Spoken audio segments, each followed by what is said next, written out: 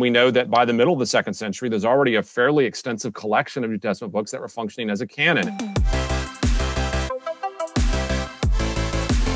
Another claim that gets brought up about the Bible quite often is the idea that certain books were left out of our Bibles. And then the books that we do have weren't, quote unquote, picked until centuries after they were written. And I'd love it if you could address that, because you've actually written a couple of great books on this topic.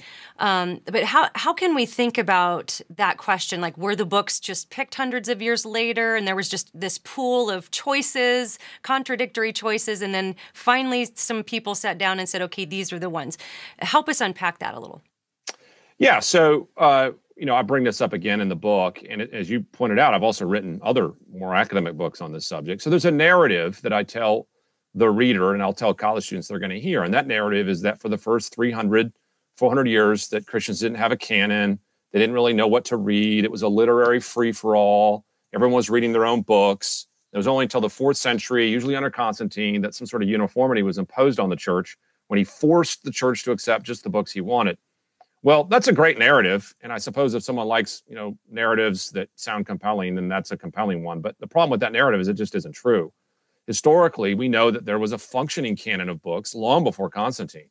And I make this point in a number of my writings. And the best way to summarize it is that there was a core canon in place by the middle of the 2nd century. And that's very soon after the New Testament books had finished being written. We know that John wrote right at the end of the 1st century. Probably the last book was Revelation. And then we know that by the middle of the 2nd century, there's already a fairly extensive collection of New Testament books that were functioning as a canon. And by core, I just means about 22 out of the 27 were already in place. And that means 4 Gospels, 13 letters of Paul, 1 Peter, 1 John, Hebrews, Revelation, that sort of thing was pretty much in place in the very earliest stages of the Christian movement. Now, when you realize that, you're thinking to yourself, oh, wait a second. So it really wasn't up for grabs for 300 years. In fact, the only books that were so-called disputed books were just a handful of the smaller books. The rest of the books were fairly well received at an early time. And once you realize the historical data, then you realize, wait a second, it doesn't sound so arbitrary after all. It sounds like the Christians kind of knew what to read for the most part.